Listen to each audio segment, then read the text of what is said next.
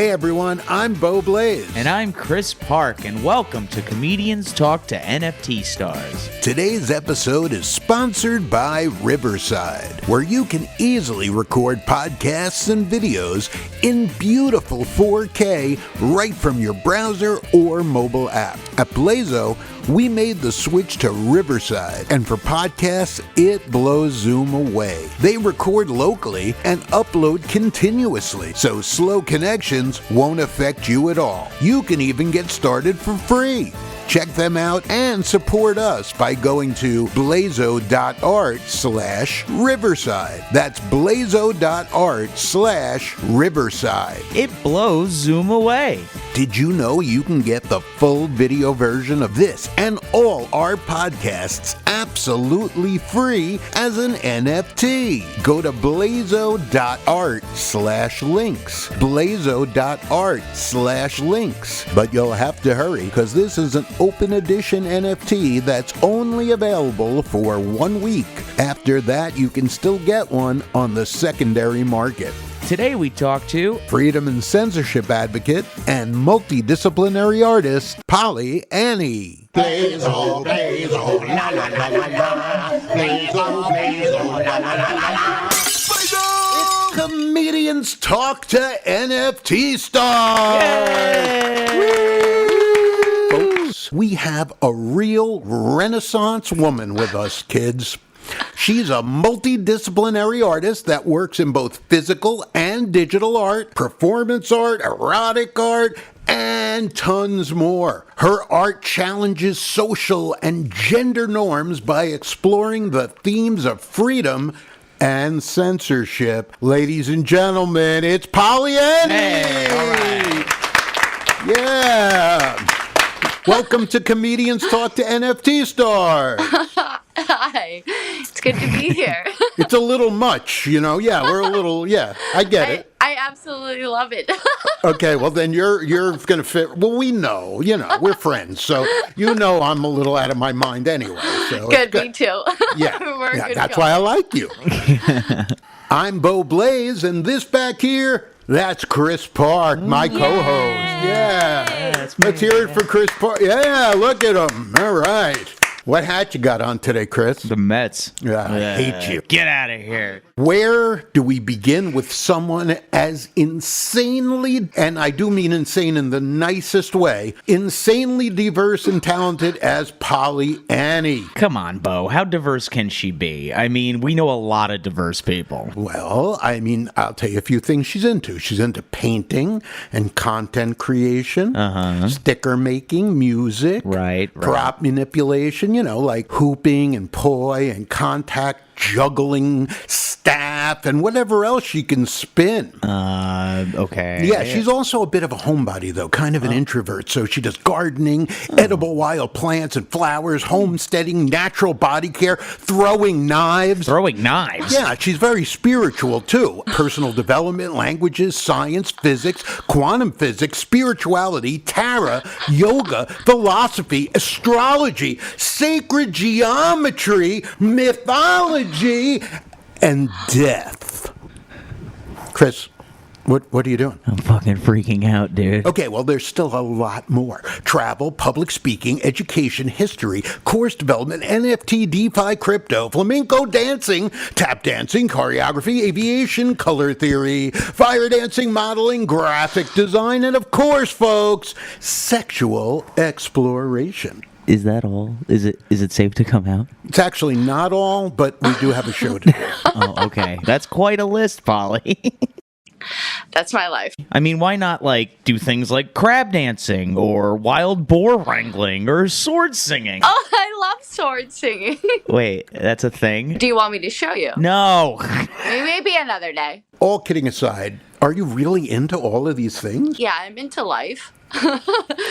There's a lot of things in life, and I wish I could like clone myself and do all the things, or not have to sleep or eat or do any or make money or do any of those things. It's super difficult to be like that, too, because, of course, society wants us to just pick one thing and then work a soulless job for 40 years, pump out 2.5 kids, and wait to die. I know you said that you cannot live like that. I can't and I won't. I'm just really not capable of it. It would kill me in such a way that I can't even function. Speaking of your passions, one of your other ones is censorship. You've actually said that you wanted to explore your sexuality so you could experience censorship because freedom is so important to you. That is deep. I'm a really spiritual person, so it was my higher self's purpose and mission to experience freedom and explore freedom in this life. This sexual content, this sexual nude exploration put me on a path to experience censorship so that I could understand freedom so much more. Unless you've been censored, you could never understand how awful it is to be censored. I'm an artist. I mean no harm to anybody. I'm not exploiting anyone. I'm not manipulating anyone. I'm not doing no funny, stupid shit. I'm just presenting my work, which happens to include sexuality, and I get censored a lot. And that is alarming. Yeah. And it's important to me to be you think this isn't a big deal, but it is. Well, it seems like you definitely got your wish. Yeah, really. I mean, amongst other things, you've had 2 Twitter, 2 Instagram accounts suspended. You lost 21,000 people on BLAZO was the site that you were on. Restrictions on YouTube. And then, this is amazing to me, still, after all this time, is that in our so-called decentralized world of NFTs, your work has been banned on Rarible and other platforms. I came to blockchain and to NFTs to avoid censorship and to have more freedom. There was Cryptonatrix. She's also an early adult NFT creator, and one of her pieces, the Sistine Chapel of Smut, was removed from Rarible. Sexual nude content was allowed on Rarible. Her piece, which was actually, she's completely clothed and she's got a strap on, and so she's just wearing you know what I mean, a tank top, waving her strap on around. We're going to show this actually now on our video version of the show, and hopefully we won't get banned. But Chris, why don't you describe this for our podcast audience? Do I have to? Yes. Oh, okay. Well, where do I start? What do you call it again when there's a penis on a vagina? Fucking? No, on a vagina. Oh, a strap-on. Right, yeah, okay. So there's 2 girls wearing underwear with giant, black. What color? Black. You mean African American? Yeah, fine. Giant African American strap-ons, okay? Yeah, well, that's better, yes. Anyway, the girls are in sexy lingerie in the Sistine Chapel. One of the girls is upside down, and also, I'm shocked the Vatican, okayed this shoot. Is pretty progressive of them. Chris, it's just the same girl. She's flipped upside down. Oh, wait, so they can 69 or something? Chris. What? No. Well, hey, you asked me to describe this, bro. Some would think this is blasphemous, probably, but I'd like to think that maybe God hates the Sistine Chapel, so he thinks wearing giant African American strap-ons. Hold on, I can't get it all out. He probably thinks girls in sexy lingerie wearing giant African strap-ons is an improvement. Yeah, that could be true. I love that you're smiling so hard you have to hold your face. It hurts. My cheeks hurt. So finish, you were explaining about the actual piece. I think you pretty much covered it. I don't know. I think you pretty much got it. There's, one upside down this way, and then... Wait, could you do that again? It's really hard not to fall in love with her a little bit, isn't it? Oh, I'm smitten. Especially when she goes to the thing. That's okay. So when I saw this piece, giant dildo waving around this beautiful woman's body in the Sistine Chapel, and then knowing it was a banned piece, it was I had to have that. That was the most expensive NFT I've ever bought. And I think like in US dollars, it was like 1,600. Oh, wow. Wow. Yeah, I know. That was a lot. I remember hitting the button and being like, am I really doing this? This is like a month of living, for me. I want this piece for historical values. Erotic art that was banned on Rarible in the early days of NFTs. The second one we want to talk about is another piece that you own, and it's called Up. I do not see an old guy with balloons, Bo. No, but it is a penis with balloons. Maybe that's why it's called Up, Polly? Is it called Up because it's a penis with balloons? Yeah, it's like a parody, I guess. God, right in the pee hole. Jeez. Yeah. Well, again, Chris, can you please describe it for our podcast audience? God, I mean, well, it's kind of like the movie. What, Up? No, it's like the monoliths in 2001: A Space Odyssey. The only thing odd about that movie is it supposedly happened in the future 22 years ago. It's always been in the past for me, Bo. Oh, great, thanks. That one was censored on Clubhouse. The creator, Decentralized Jen, her Clubhouse account got banned. So it was another censored NFT art. And of course, I bought that one too, which was like the second most expensive NFT. You and penises, you just gotta have them, I guess. I love banned penises. Like, what can Who I doesn't? say? Yeah, who doesn't?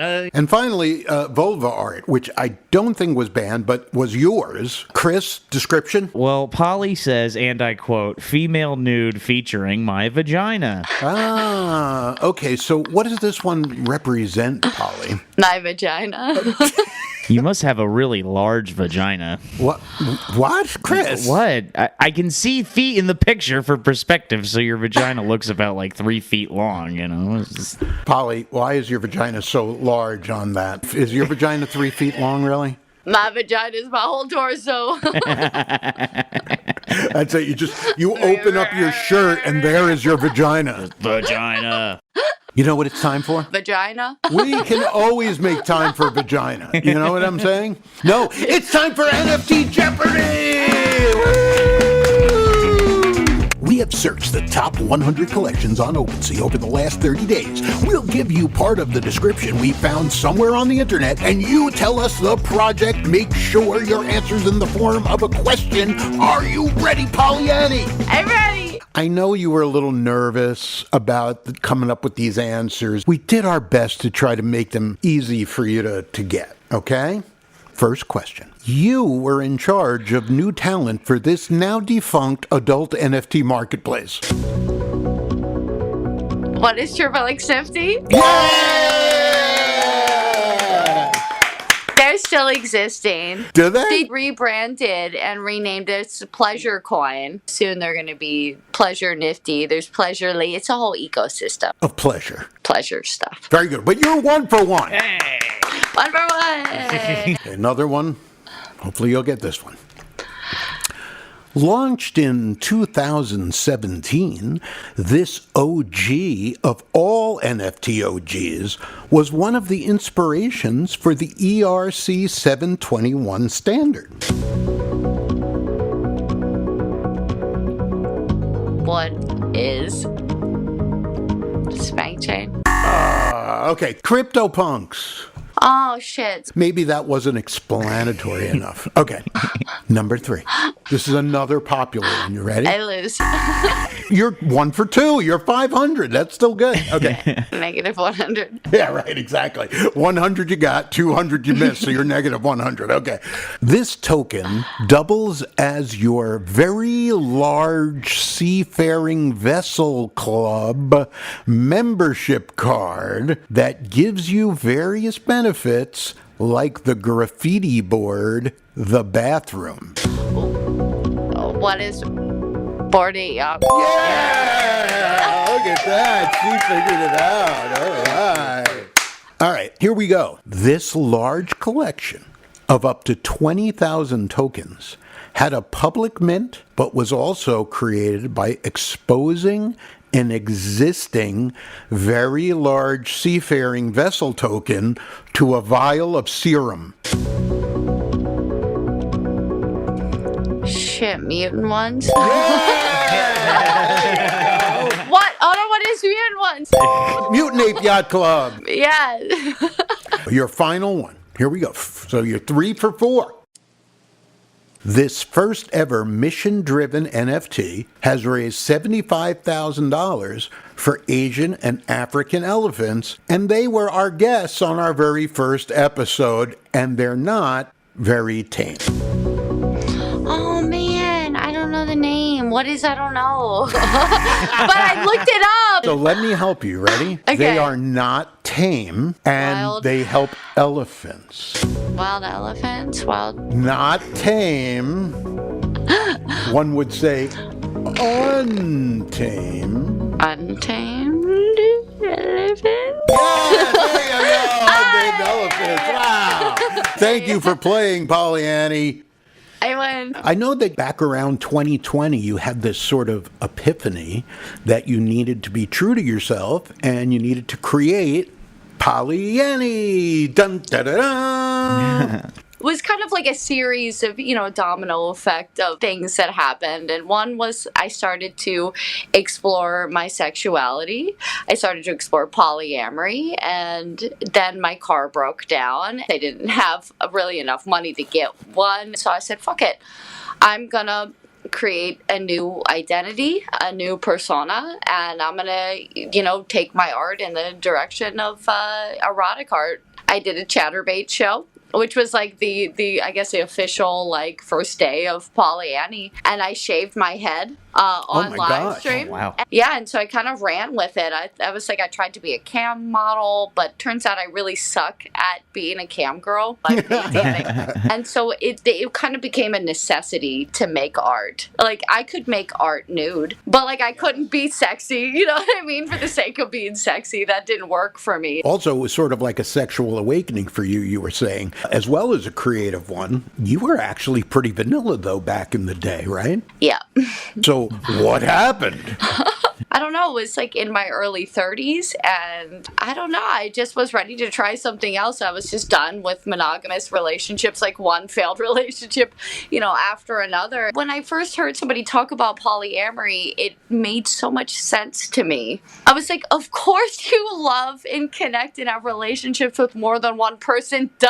Like, that's life. Like, Should that be. just seemed more natural to me, and that would eliminate a lot of challenges, that kind of came out of the relationships I experienced anyways. So what am I even into? I didn't even know what my sexual preferences were. I didn't know what I liked or what I was into. Then it kind of became fun to me. It's like, wow, this is a whole area of myself that I've never even explored or considered. As an artist, for my whole life, it's like all I do is explore myself through my art. And it was huge, like, for me. You're even an adult content creator now. You have said that you're basically more of an exhibitionist, and denying yourself pleasure helps you with your art. Can you tell me about that? Definitely an exhibitionist and an adult content creator. I make my art. I'll do my masturbation videos. I'll do my nude painting. I just express myself in a genuine way, an authentic way. I like knowing that people are going to watch it and that they're going to enjoy it.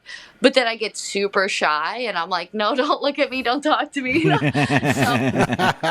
yes, I love knowing that people are going to watch this, but I'm absolutely terrified. Also, what I discovered was that there was a strong connection between my creativity and my sexuality. They're not separate from each other, which makes sense, right? Because really sexuality in one sense is, for the purpose of procreation and creation, and so really when you're tapping into your sexuality, you're tapping into this creative part of yourself. It's sad because we're kind of taught in this country, sex is bad and don't enjoy sex, and it's God forbid, especially if you're a woman. Just the whole concept of, I don't want to do all that stuff that I've been told I had to do my whole life. I'm going to do what I want to do, right? Yeah, and I've always been kind of on team, I do what I want, because I just like to do what I want to do. I don't think it's too much to ask.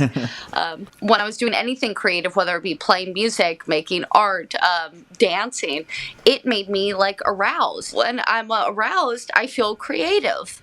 And so I really kind of dug into that, and I'm like, ooh, there's really something here. Now I kind of like use that, part of that energy, that part of myself to help me create better. What's interesting is you were saying that denying the orgasm or, release, it makes it even better, right? I prefer to be horny than satisfied. Edging is a part of my creative process, and I will prolong an orgasm or a satisfaction in that way. Once the release happens, I personally feel empty. There's other times where I can actually orgasm and then trap the energy. The Ankh symbol is actually a representation of how you can trap that sexual energy and cycle it back into the body. So most people are seeking the sexual satisfaction, and I'm out here just seeking arousal, but with withholding, the satisfaction, because it makes me more energized and just create better shit. Yeah, and that's really good news for you, Chris, since you're really not that good at making girls creative.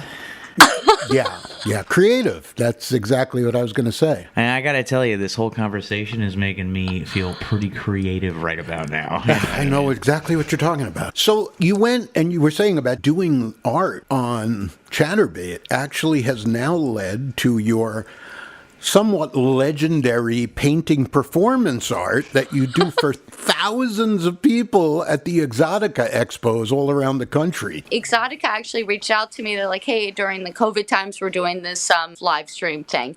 And would you like to do something on there? And I was like, yeah, absolutely. I want to try this like live painting thing on stage. I've never done this before, but like I could kind of see potential. It just ended up being really fucking fun and really cool, and kind of a culmination of like all, like most of the other art forms and mediums that I have learned and practiced, through my life, kind of all came together. It's amazing. People go nuts. It's like you're so into it, and it is perfect for you because it's so real, and it's really just, you could tell that you're just letting it out, and it's going onto the canvas, and it's almost like you're a whole different person when I watch you do it. I actually black out. Doesn't surprise me. When I perform, the moment I get on stage, I just go into no mind. So it is like the most me.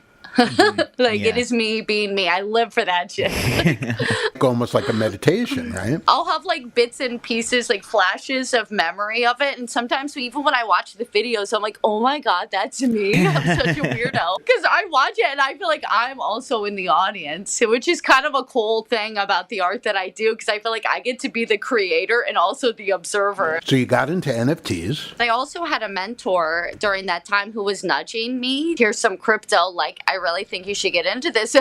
And so I did, and my whole world exploded, and it was eat, sleep, breathe, NFTs. And my first NFT collection that I released was I think I sold them out within 24 hours. I was just shocked and surprised. And then my whole first year of NFTs was just super successful. I think I sold over 300. Bought over 200. What a lot of people don't know about you is how crazy generous you are, because you actually gave 70% of your profits back to other artists by buying their work. That was probably 20 to 30 grand you spent on other artists. That's crazy. I mean, you didn't have that much money yourself. No, it was a weird time. It was like more money than I had ever seen in my life. Part of it was just I have a generous nature, grew up in poverty, and of course I'm going to support everyone. I'm going to buy all this stuff and help everyone I can. I would do it again. I don't know if I would do it again to that extent. Keep it under control, because this last year I sure wish I had that. I could have lived a whole year off of what I gave away. Instead I struggled through a whole year. If artists aren't supporting other artists, what the fuck are we doing? Mm-hmm. Let's face it, not everybody feels the way you do. It's interesting because you have a real passion about income inequality. Yeah, being poor sucks. And so I feel for people, anybody, especially artists. I know how hard it is. There's a reason starving artist, is a term. I don't think anybody should be without money. It's fucking absurd, honestly. Like, there is enough money for everybody. Nobody should be without anything. It's fucking silly. And I'm still, even to this day, I'll scroll on Twitter, and if I see a random person asking for help, if I have $20, I'll send them $5 or 10. We don't need more government regulations. We don't need people telling us how much we can have or how much we can give or controlling that. Like, just people being fucking decent, and I'm gonna live that. If I can help somebody, I will, because I know how it feels to feel like you can't breathe. Saint Polly. Polly for president. No, I don't wish that. I know. I don't wish that on you. No. Just make Polly rich so I can help all the people. I know, right? Seriously. It's so hard with all these sociopaths. Like, if I won the lottery, like, one of the first things I think about is I couldn't wait to give people money and, like, make everybody happy. But, you know, I guess we're just dreamers, Polly. So you said back then you had to max out, like, 5 credit cards. My first year as Pollyanny was just really a struggle. I did take out 5 credit cards. I tried to get a loan. But I just felt this, like, I had to keep going and keep doing this. And then I found NFTs, and then, like, that just changed the game. I finally started making real money. You know, I had a 5 credit card bender in Vegas with Carrot Top and Pauly Shore back in the 90s. What? How did you get credit cards when you were like 12? Well, Pauly Shore was friends with my Scoutmaster. Okay. Yeah, and my Scoutmaster was friends with Michael Jackson. Makes sense. And then we just magically had credit cards and Jesus juice. Lots and lots of Jesus juice. Jesus. Juice. I really don't remember too much after that juice, though. Yeah, probably. Yeah. Doesn't surprise me. I want Jesus. Good old Jesus juice. Juice? Sounds really perverse in a biblical way. I like it. Yeah. This is probably totally unexpected, but it's perfect for our show. We need to have you explain here about your deep interest in what's called currency design. Currency design is abstract as fuck to talk about.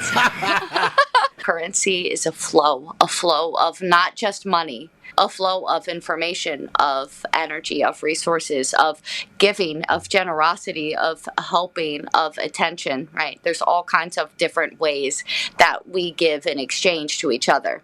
And so far, we've kind of narrowed down currency to be just money, and we've narrowed down our interactions to be transactional. And they don't have to be transactional. So currency design is, I kind of nerd out on that. Different ways of making these flows visible, the ways that we exchange with one another. So like college degrees are a form of currency. Reward systems, badge systems, different kinds of apps like language apps like Duolingo has different like currencies within it, you know, that do really well. Reputation currencies. When we look at currencies as being more than money, we take the burden off of money for being the only currency.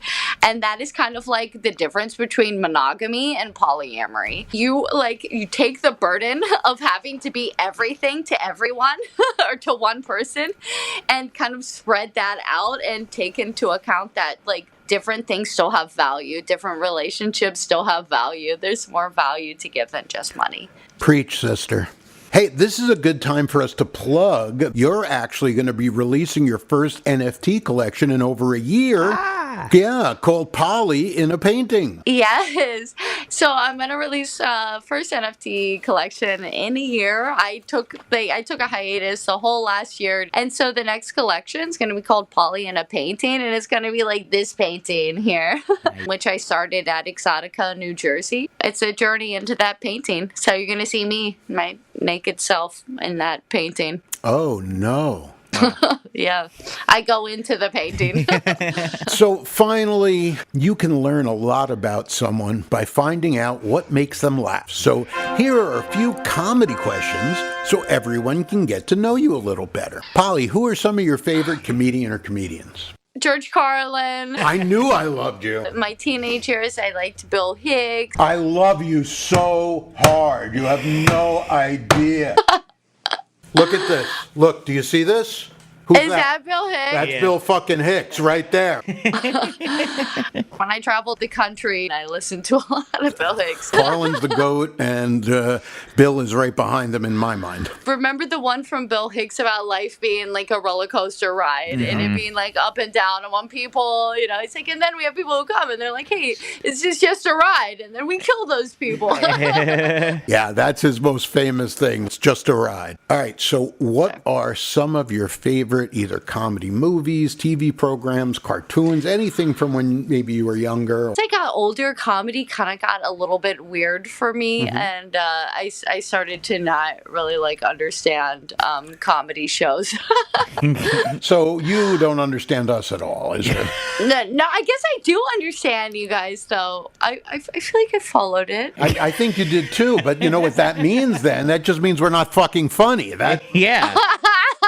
Nah, she gets it. It's not funny. Yeah. Is there a movie like when you were younger that you knew every line? Oh, Austin Powers. When I was a teenager, I only had 3 DVDs or 4 DVDs, and it was all the Austin Powers movies. It's ingrained in my subconscious. All right, who's the funniest person in the NFT world? You.